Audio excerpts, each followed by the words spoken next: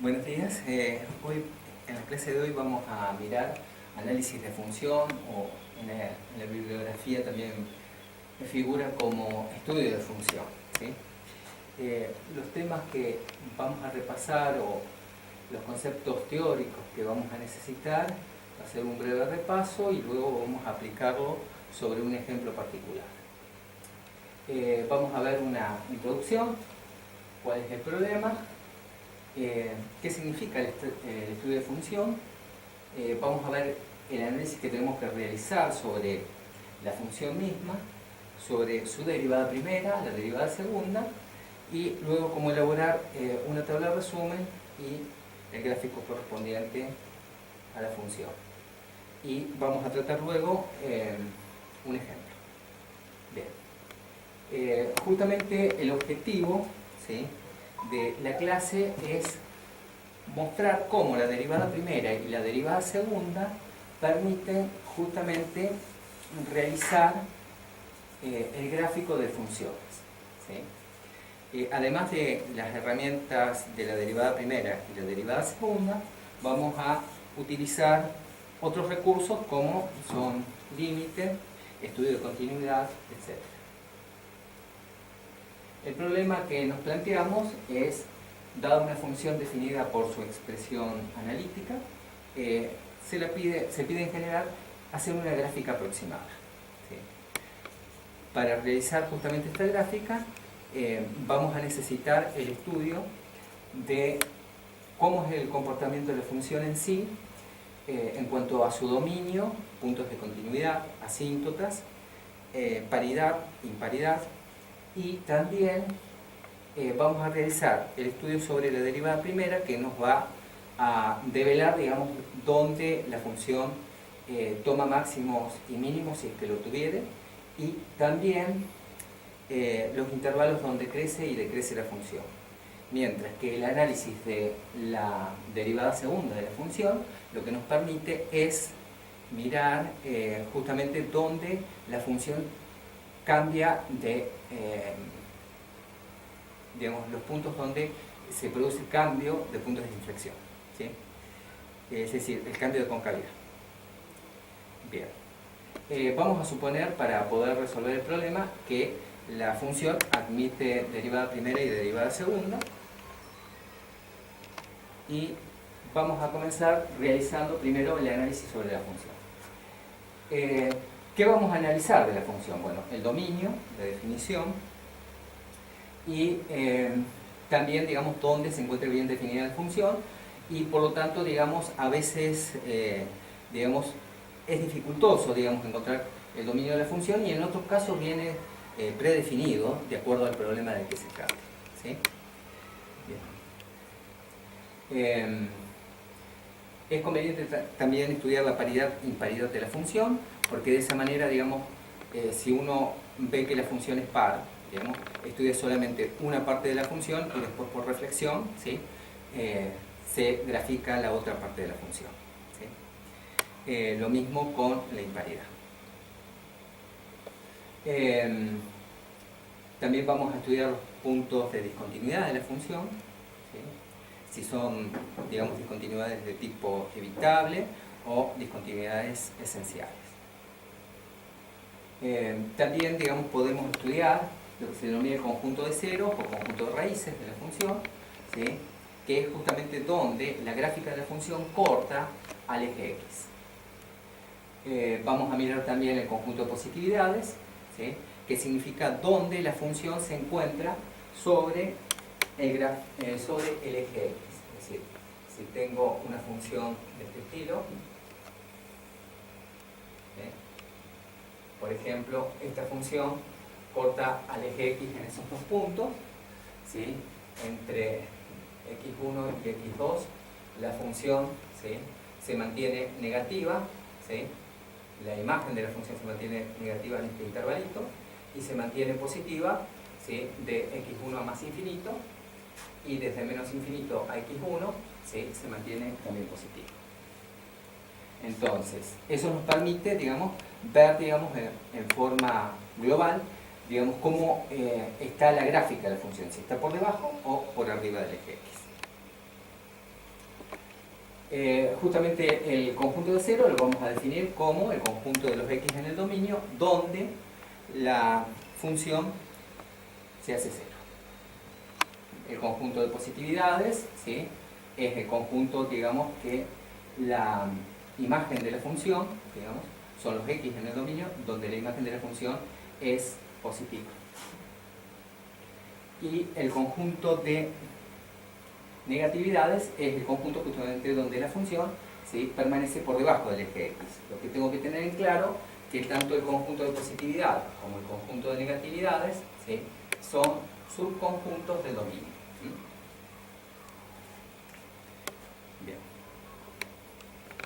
Bien. Vamos a estudiar las asíntotas verticales. Una asíntota vertical, ¿sí?, van a ser justamente los puntos problemas que localicé al calcular, digamos, el dominio natural de definición de la función.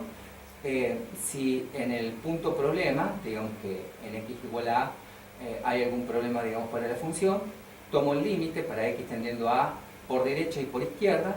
Si ese límite me da más o menos infinito, ¿sí?, entonces ahí tenemos localizada una asíntota vertical. Lo mismo si tendemos a por izquierda.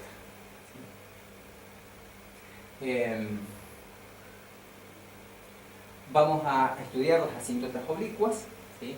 Para calcular las asíntotas oblicuas, recordemos que la función tiene que estar definida, digamos, para la semirrecta que contenga el punto impropio más infinito, ¿sí? Y en ese caso calculamos la pendiente mediante esta fórmula, es el límite para x tendiendo a más infinito de la fórmula de la función dividido x. Si eso me da una constante m1, es decir, si este límite existe y es finito, ¿sí?, eso constituirá la pendiente de la asíntota oblicua.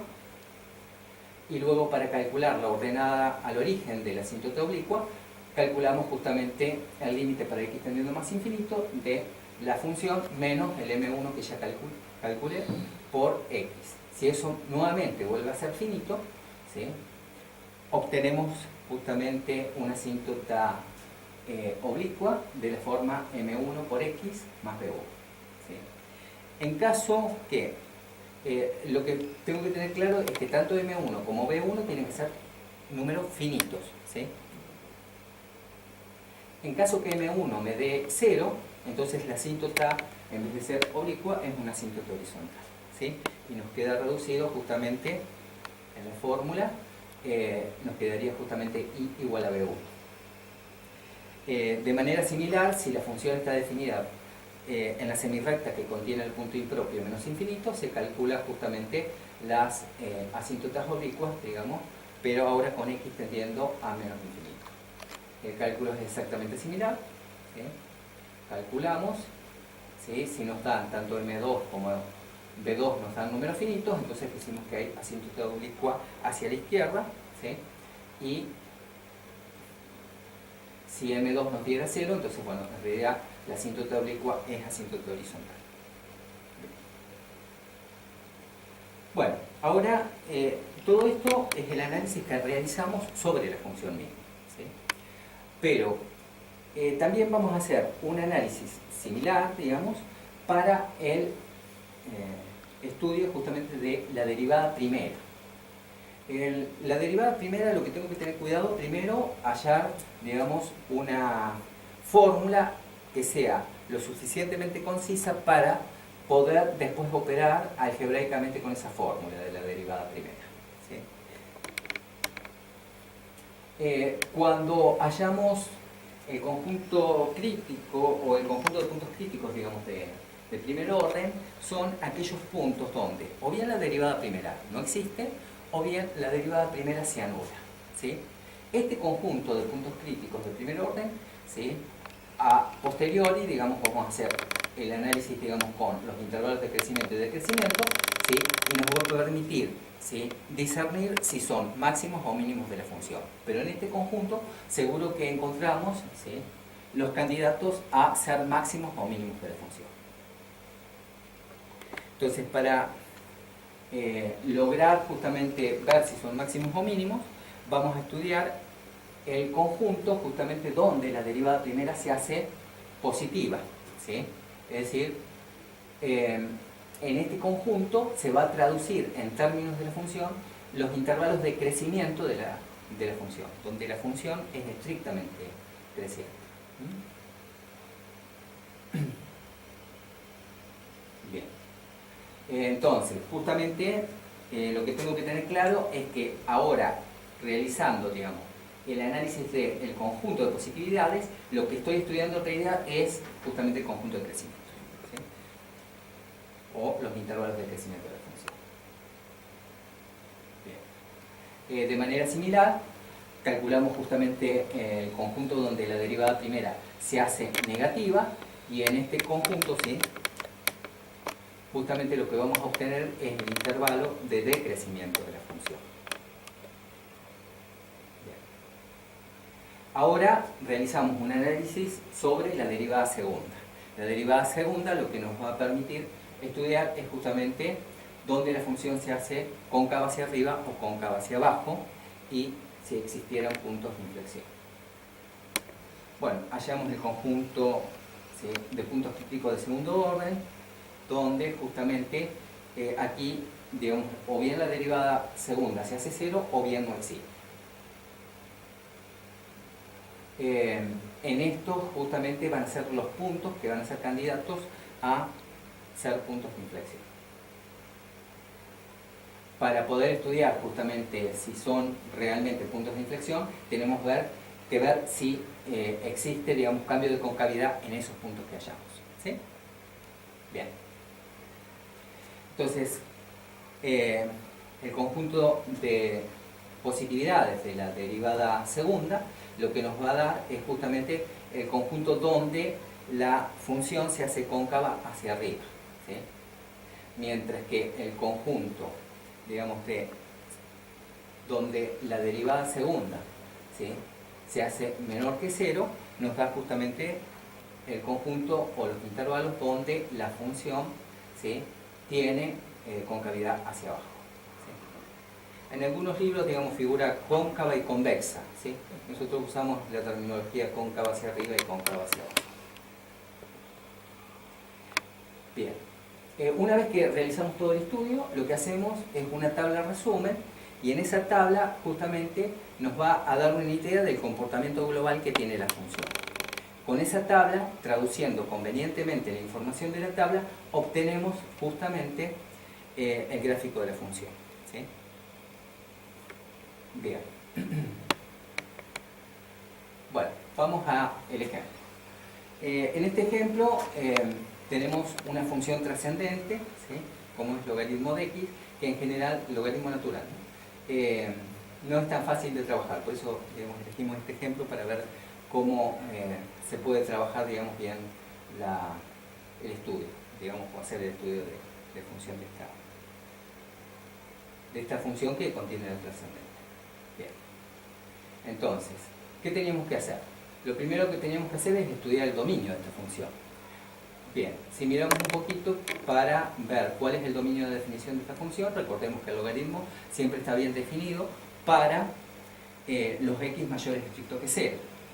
Abajo la raíz está bien definida en el denominador para los x mayores o iguales que 0, pero como tengo un cociente no puedo dividir por 0, entonces tiene que ser también x mayor o estricto que 0. Con esas dos condiciones, ¿sí?, llegamos justamente a que el dominio de nuestra función es el intervalo abierto 0 más infinito, ¿sí? Entonces,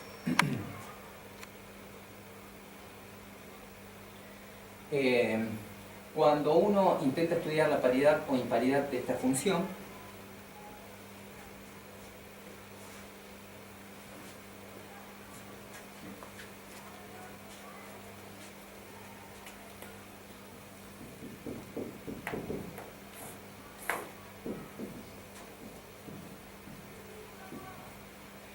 observamos que si el dominio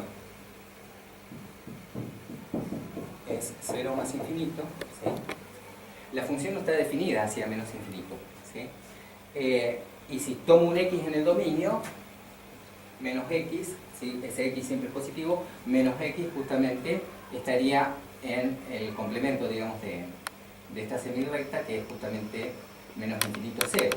Por lo cual, en esa semirrecta la función no está definida. Por lo tanto, no tiene sentido estudiar, digamos, la paridad o imparidad. ¿Sí? Bien.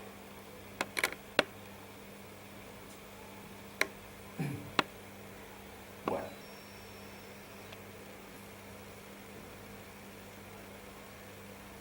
El conjunto de ceros o cortes con el eje de abscisas, ¿sí?, viene dado justamente por donde la función se hace cero. Es decir, son los x en el dominio donde el logaritmo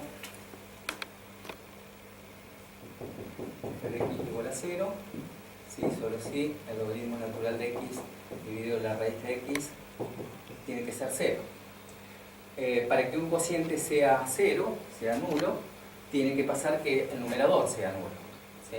O sea que de acá sale que el logaritmo de x tiene que ser 0 y entonces e elevado al logaritmo de x, que es lo mismo que e elevado a la 0, nos queda que x es igual a 1. Es decir, el conjunto de ceros de esta función está formado por un solo puntito, ¿sí?, y en x igual a 1 la gráfica de la función corta al eje x.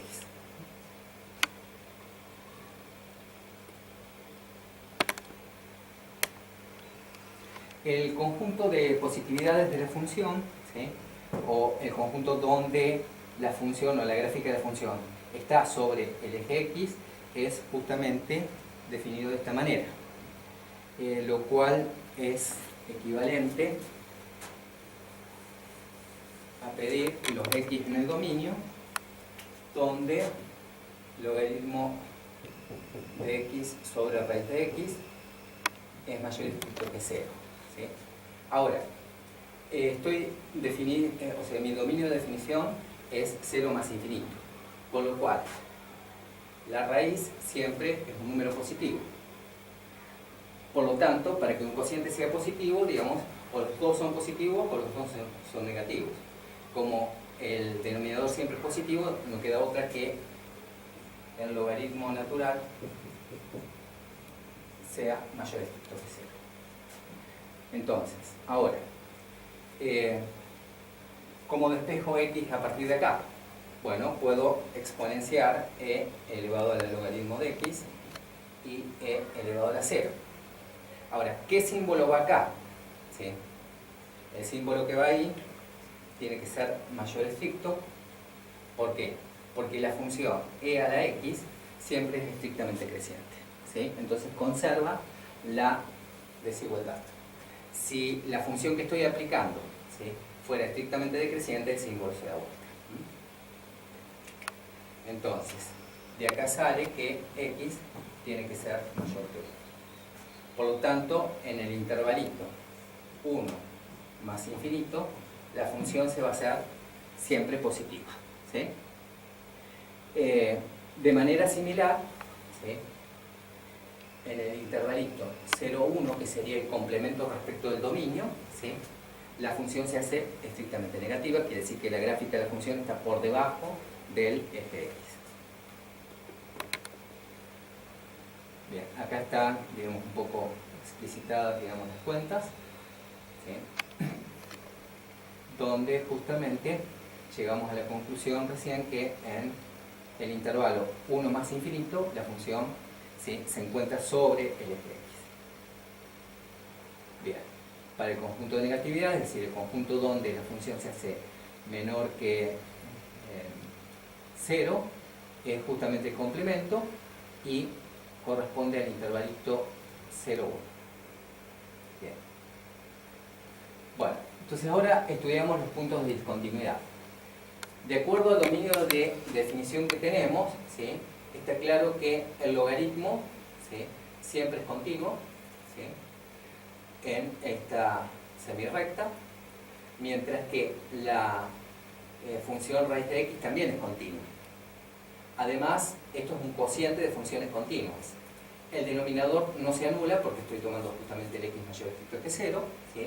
Por lo tanto, por un teorema que hemos probado, ¿sí?, cociente de funciones continuas me da continuo, Con lo cual, digamos, esta función resulta continua en este dominio de definición. ¿Sí? Ahora bien,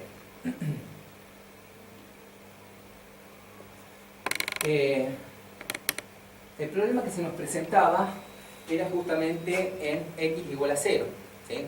Porque en 0 justamente este denominador, ¿sí? Digamos, tenemos un problema porque está en el denominador la raíz de x, ¿sí? ¿Qué hacemos? Bueno, estudiemos a ver qué ocurre en ese punto, a ver si podemos localizar, digamos, alguna discontinuidad de tipo evitable, ¿sí?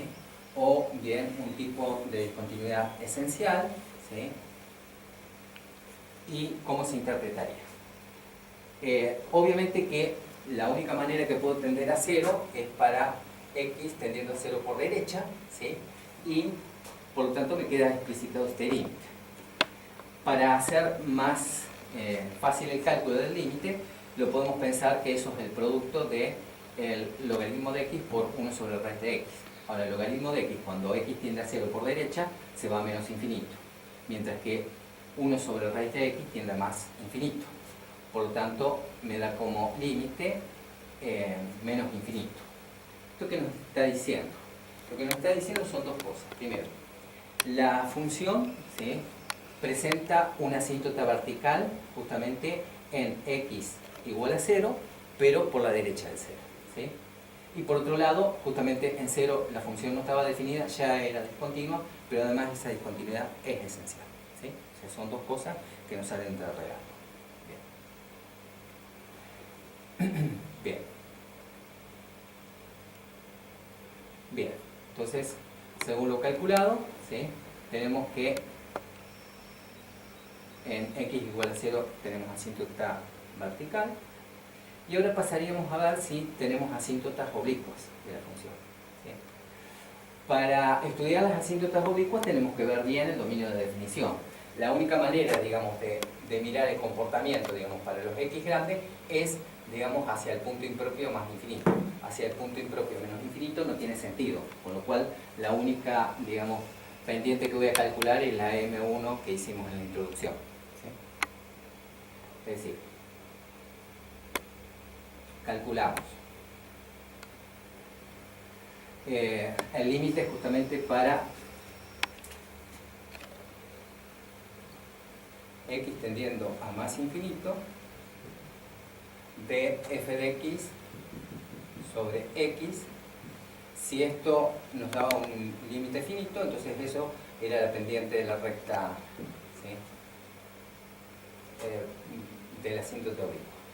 Pero en este caso justamente nos queda el límite para x tendiendo a más infinito del logaritmo natural de x dividido x a la 1 medio, que es lo mismo que raíz de x, dividido x. Por lo tanto, digamos, haciendo ese cociente, nos queda el logaritmo natural de x, ¿sí?, dividido x elevado a la 3 medios.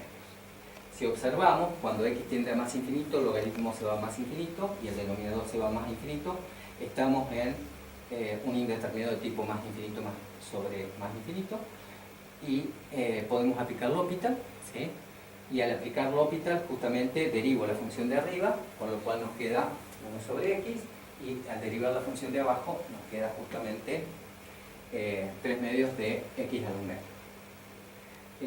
Bueno, reordenando un poquito ese cociente de funciones, nos queda en definitiva que es el límite para x tendiendo a más infinito de 1 sobre 3 medios por x elevado a la 3 medios. Eso claramente se va a 0 porque el denominador crece indefinidamente. ¿Sí? Por lo tanto, la pendiente, ¿sí?, sería justamente 0 de la asíntota oblicua. Ahora, tendríamos que calcular, ¿sí?, quién es el B1. ¿Sí? Para calcular B1, justamente, ¿sí?, tenemos que calcular la función. B1 lo calculábamos como el límite para x tendiendo a más infinito de la función menos m por x, en este caso m1. ¿Sí? Como el m1 da 0, así que se va, quiere decir que simplemente lo que nos queda el límite para x tendiendo a más infinito de la función, pero la función es logaritmo de x dividido, ¿sí?, raíz de x. ¿Sí? Bueno, y ahora tendremos que calcular justamente ese límite. Nuevamente, estamos en un indeterminado de tipo 0 sobre 0, ¿sí?, pero observar que, infinito sobre infinito, quiere decir que esto sería el límite para x tendiendo a más infinito, y acá nos quedaría la derivada de arriba, que sería justamente 1 sobre x aplicando el L'Hopital, y abajo nos quedaría un medio de x elevado a menos un medio. Haciendo el cociente, nos queda límite para x tendiendo a más infinito de 1 sobre un medio por x elevado a un medio. El cociente crece indefinidamente, así que este límite también es 0, con lo cual B1, ¿sí?, también nos da 0. Por lo tanto, existe asíntota, ¿sí?, y esta asíntota es 0 por x más 0, este es M1, este es B1, ¿sí? Es decir que en realidad la asíntota que tiene es asíntota horizontal, ¿sí? Entonces tenemos una asíntota horizontal hacia la derecha, ¿sí?, y está justamente sobre el eje X. Bien.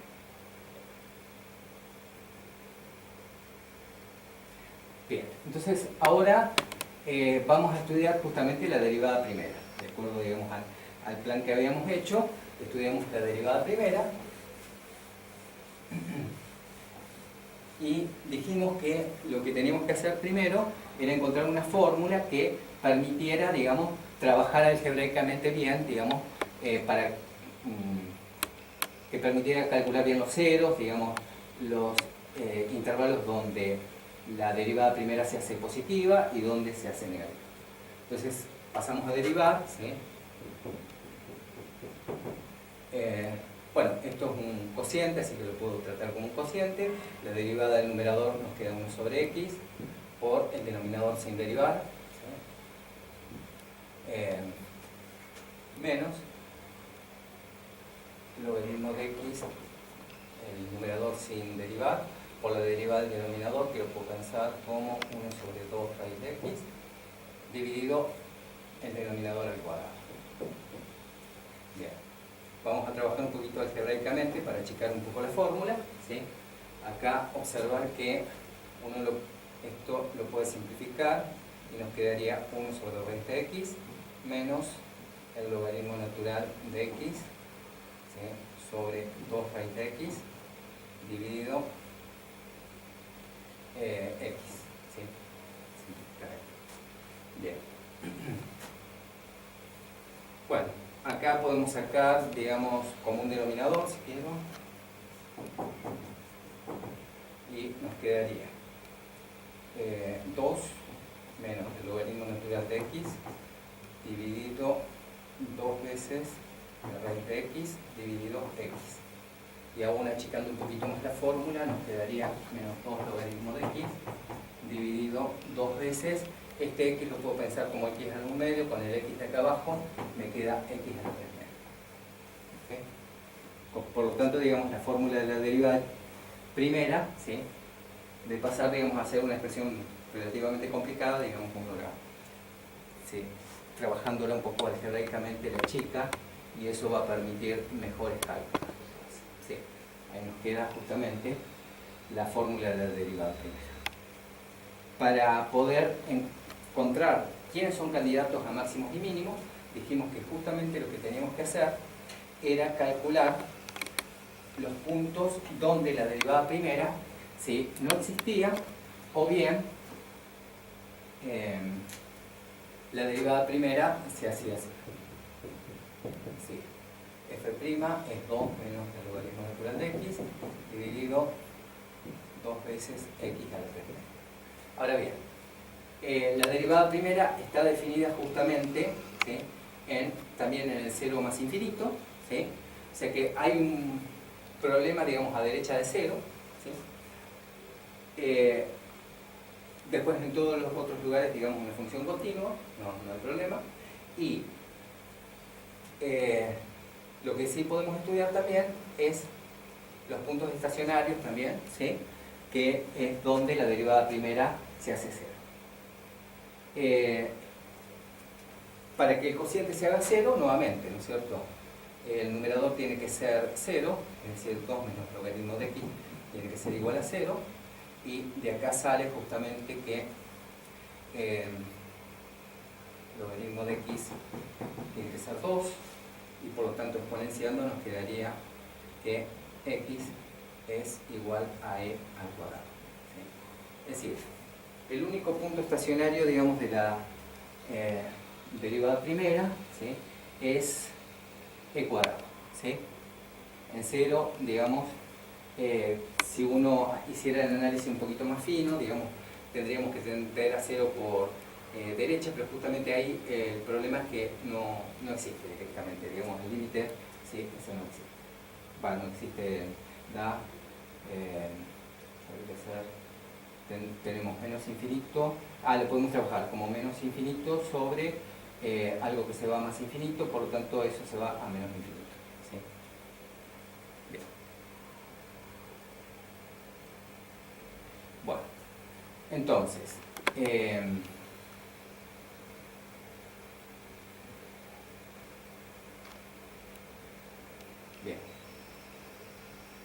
Bueno, acá está justamente la deducción, digamos, de los puntos estacionarios, y el único que tenemos es el cuadrado.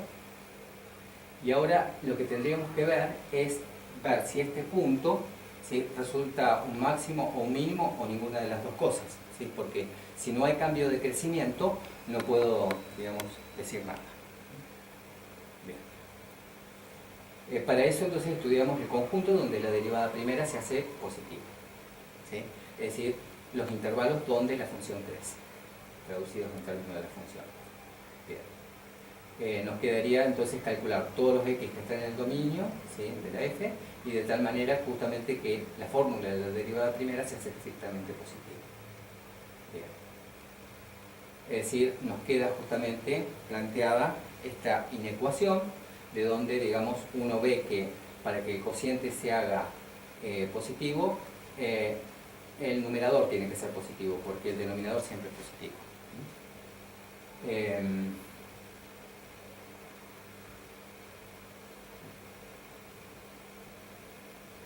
Es decir, justamente, nuevamente, aplicando, ¿sí?, la exponencial, ¿sí?, nos queda justamente que la función derivada primera, ¿sí?, se hace estrictamente positiva.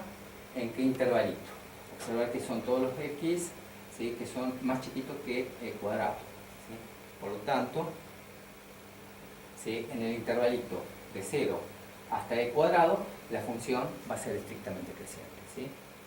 Ahora, si estudio el intervalo, digamos, donde la función, la derivada primera, se hace negativa, ¿sí?, eso me va a dar el intervalo de decrecimiento, y justamente es el complemento de este intervalito, 0 e cuadrado.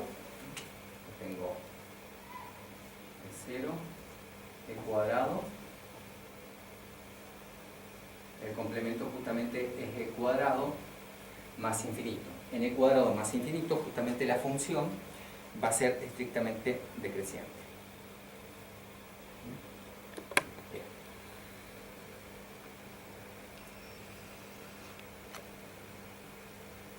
Bien.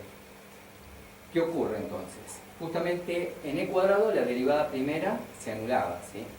Acá f' de e cuadrado se nos hacía 0. Aquí la función, la derivada primera era positiva, y en el complemento dijimos que era negativa, ¿sí? Eso se traduce, digamos, en términos de la función, que la función crece, ¿sí?, es decir, es un intervalo de crecimiento, 0 e cuadrado. Mientras que en e cuadrado más infinito, la función es estrictamente decreciente. Como, ¿sí?, viene creciendo y luego decrece, entonces justamente en el punto e cuadrado, la función alcanza un máximo. ¿Sí? Bien. Bueno, esta es la explicación de lo que acabamos de decir, de Pizarro. ¿Sí? Ahora, lo que tengo que tener claro es que la función alcanza, ¿sí?, un máximo relativo n cuadrado. ¿Sí? Ahora, la primera coordenada es, decimos, dónde alcanza el máximo. ¿Sí? Para calcular la segunda coordenada del punto donde alcanza máximo, simplemente reemplazo, ¿sí?, el valor justamente que encontré en la fórmula de la función original. ¿Sí? Al calcular justamente f n cuadrado, me da 2 sobre e. Es decir, las coordenadas del punto máximo son e cuadrado 2 sobre e. ¿Sí? Esto generalmente se dice que en la primera coordenada alcanza el máximo y la segunda coordenada es cuánto vale ese máximo. ¿Sí? Así que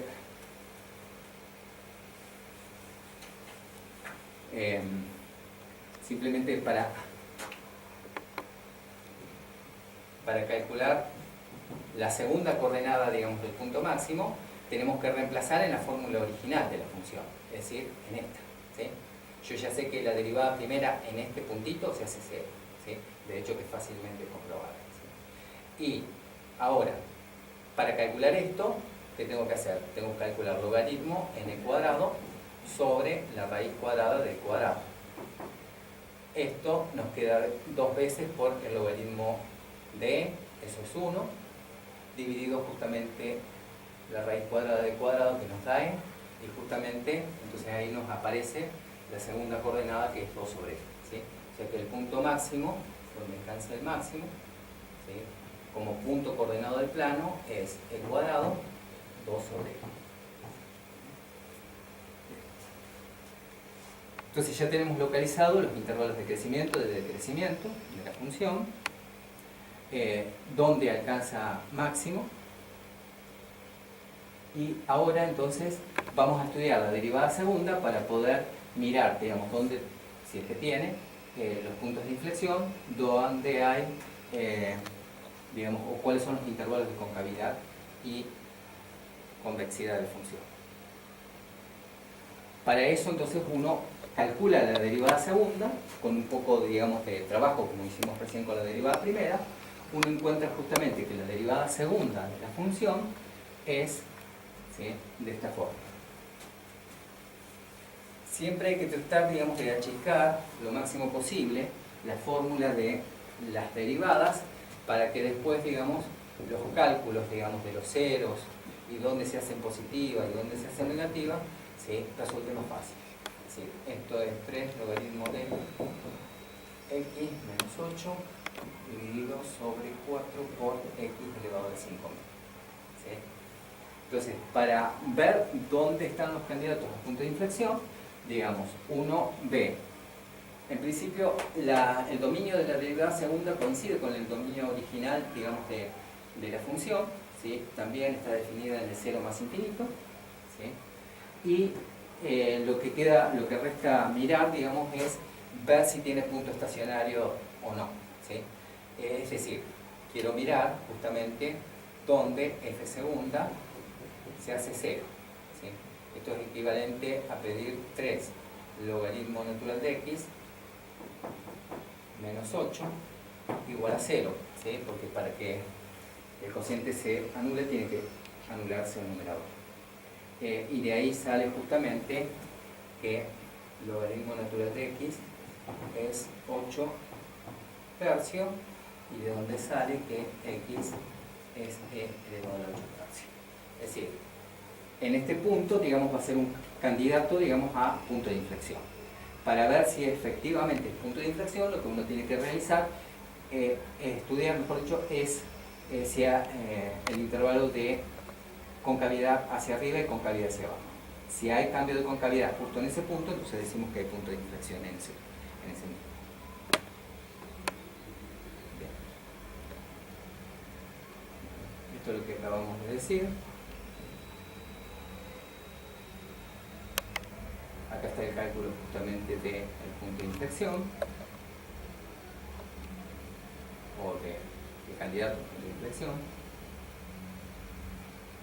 Y ahora justamente, ¿sí?, como siempre, para ver si, digamos, cuál es el punto del plano, siempre, digamos, ¿sí?, calculamos la primera coordenada, ¿sí?, de esa forma. Y la segunda coordenada hay que calcularlo, digamos, sobre la derivada, sobre la función original, que es f. ¿Sí? Para determinar, digamos, dónde la derivada segunda se hace positiva, ¿sí? Planteamos entonces la inecuación 3 logaritmos de x menos 8, ¿sí? Sobre 4x elevado a la 5 medios. Eso tiene que ser positivo, ¿sí? Para que eso sea positivo, lo que tiene que pasar es que justamente el numerador sea positivo, es decir, 3 logaritmo natural de x menos 8 mayor que 0, lo cual implica que el logaritmo natural de x tiene que ser mayor que 8 tercios. Exponenciando nuevamente, nos queda que x es mayor que e elevado a la 8 tercios. Es decir, en el intervalito, ¿sí? E elevado a la 8 tercios más infinito, la función siempre se va a hacer cóncava hacia arriba, ¿sí? Y ahora, digamos, para calcular, digamos, dónde se hace cóncava hacia abajo, planteamos la inecuación, pero con 3 logaritmos de x menos 8 sobre 4 por x elevado a la 5 medios menor que 0. Y justamente lo que nos va a dar es el complemento respecto del dominio. Es decir, en el intervalo 0, e elevado a 8 tercios, siempre la derivada segunda se va a hacer negativa y por lo tanto la función sí tiene concavidad hacia abajo. ¿Sí? Queda como ejercicio, efectivamente, este es el intervalito donde es cóncava hacia abajo. Para calcular entonces, efectivamente, digamos, hay cambio de concavidad en el punto e elevado al 8 tercio, ¿sí? F de e elevado al 8 tercio, ¿sí? Para calcular la segunda coordenada, como siempre, ¿sí? Reemplazamos la fórmula original de la función y nos da ese punto, ¿sí? O ese valor.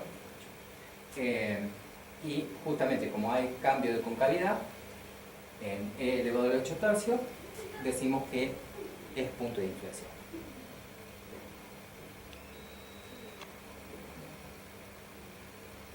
Bueno, entonces, vamos a... Bueno, esto es una descripción, digamos, de cómo vamos a hacer la tabla de resumen. Primero voy a presentar la tabla de resumen y después, digamos, vamos a ir mirando cómo se realiza el gráfico. Bueno, generalmente en la primera fila de la tabla vamos a colocar, ¿sí?, el dominio de la función, ¿sí?, y todos los puntos distinguidos. ¿Qué significan los puntos distinguidos? Los puntos donde presenta máximo, donde hay punto de inflexión, ¿sí?, etc. Donde la función se hace cero. En la segunda fila se miran las imágenes de esos puntos, ¿sí? Y justamente se mira si, dónde se hace positiva la función y dónde se hace negativa. O sea, miro justamente el estudio de la función misma. En la tercera fila, ¿sí?, se mira justamente dónde la derivada primera se hace cero y los signos de las derivadas primeras.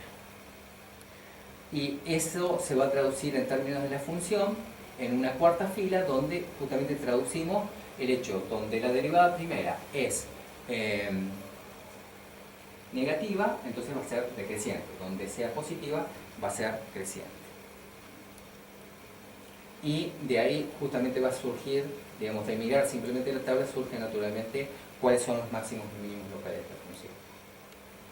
En la quinta fila se indica justamente los ceros y los signos de la derivada segunda.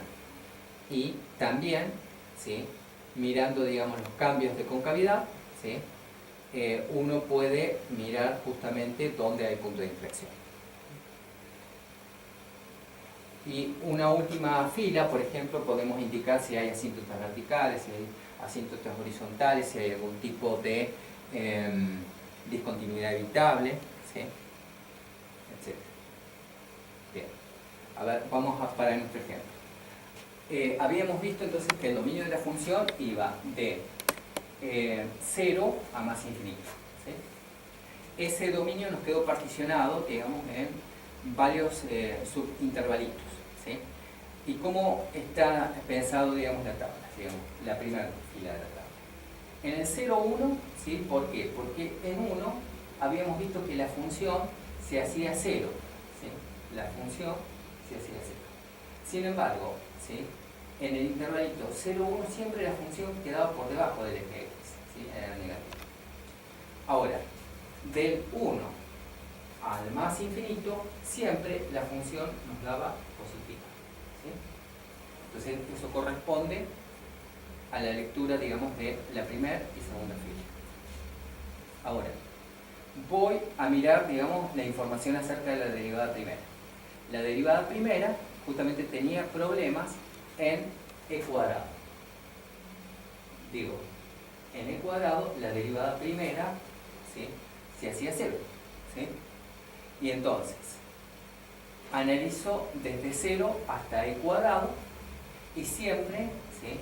Habíamos visto que en ese intervalo de 0 hasta e cuadrado la derivada primera siempre se hacía positiva. Mientras que en el complemento, desde e cuadrado hasta más infinito, la función derivada primera se hacía negativa. ¿Cómo se traduce esta fila en términos de la función? Y en términos de la función, donde la derivada primera fuere positiva, ¿sí? Entonces la función es estrictamente creciente, ¿sí? Entonces acá tengo justamente el comportamiento de la función, ¿sí? Traduciendo la fila 3 con la fila 4, digamos, es simplemente una traducción de la fila 3 en términos del comportamiento de la función. Hay crecimiento desde 0 hasta e cuadrado, ¿sí? Mientras que desde e cuadrado hasta más infinito, ¿sí? La función se hace estrictamente decreciente. Como hay un cambio de crecimiento, ¿sí? En e cuadrado, ¿sí? Justamente alcanza máximo local, ¿sí? Bien, ahora hacemos exactamente lo mismo, pero con la información que extrajimos de la derivada segunda. Para la derivada segunda vimos que justamente la derivada segunda se anulaba en e elevado al 8 tercio. Para el intervalo que va desde 0 a e elevado al 8 tercio, ¿sí? En ese intervalito siempre la derivada segunda, ¿sí? Se hace negativa.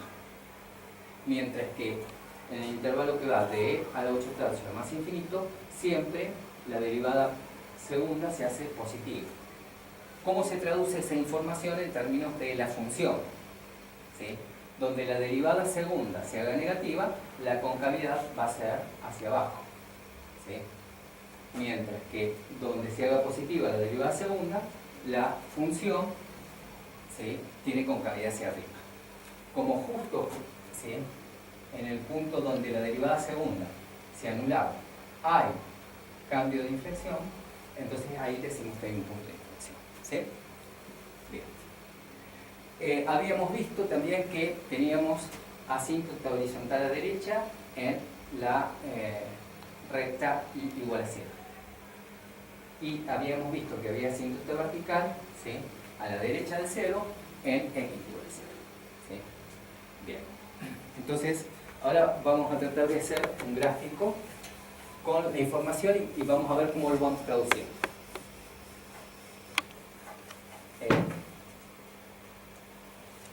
Entonces, en un sistema de eje, trazamos. Lo primero que vamos a hacer es trazar las asíntotas, ¿sí? Tengo asíntota en y igual a 0 y en x igual a 0. Es decir, los dos ejes son asíntotas, ¿sí? El eje vertical y el eje horizontal son asíntotas.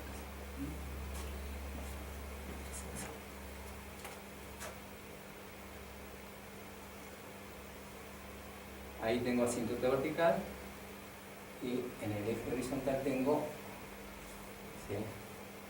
Asíntota horizontal. Esas son las dos asíntotas. ¿Qué otro punto tengo que ubicar?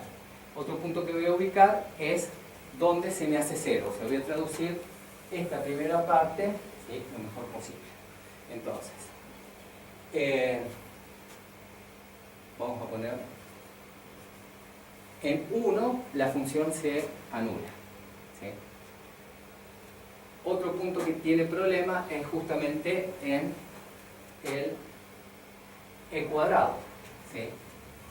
En e cuadrado, 2 sobre e, dijimos que alcanzaba justamente un máximo local. Entonces, e cuadrado es aproximadamente 7 y pico, recuerdo en este momento. Vamos a colocarlo por acá, e cuadrado y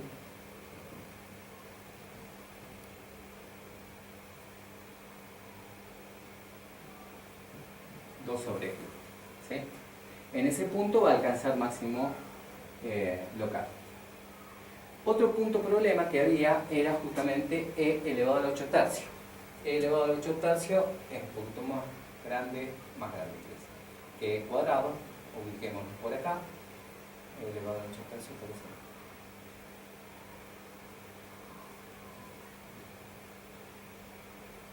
Y después nos queda 8 dividido e elevado a la 4 tercios.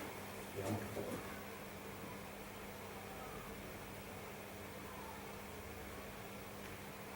Estaría 8 sobre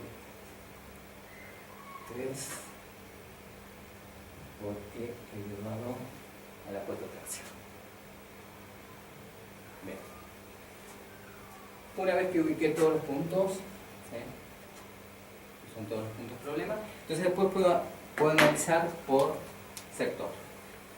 Miramos el intervalo 0,1. En el intervalito 0,1, entonces la función permanece siempre por debajo del eje X y esa información la debo dar. Después miro, ¿sí?, qué le pasa en cuanto al crecimiento. Siempre es creciente y siempre es cóncavo hacia abajo. ¿Sí? Entonces, quiere decir que en este sector, y además tiene asíntota vertical en X igual a 0, con lo cual la función tiene que venir así. Bien, desde 1 hasta e cuadrado, ¿sí?, ahora analizo esa parte, y justamente en 1 se hacía 0 la función, pero sigue creciendo y siempre la función es positiva, ¿sí?, en esa parte, con lo cual, y además al mirar esta, ¿sí?, esta fila siempre tiene concavidad hacia abajo. Bien. Acá alcanzaba un máximo, ¿sí?, y a partir de cuadrado, ¿sí?, comienza a decrecer, pero con concavidad, ¿sí?, hacia abajo. ¿Hasta dónde? Hasta que llega justamente al punto de inflexión, ¿sí? Después cambia la concavidad hacia arriba y se pega justamente al eje de abscisa porque tiene asíntota horizontal, ¿sí? Así que el gráfico aproximado, ¿sí?, bueno, esto es lo que acabo de describir, ¿sí?, justamente donde teníamos los puntos, ¿sí? Los puntos problemas son justamente este sería P sub 1, este punto, este sería el punto P sub 2 y este punto sería el punto P sub 3, ahí repetir P sub 2, pero P sub 3, ¿sí? Bien, entonces y después, digamos, es simplemente traducir, digamos, toda la información que tiene la tabla, digamos, en términos, digamos, del gráfico. Entonces la gráfica aproximada, ¿sí?, es ese. Bueno, muchísimas gracias.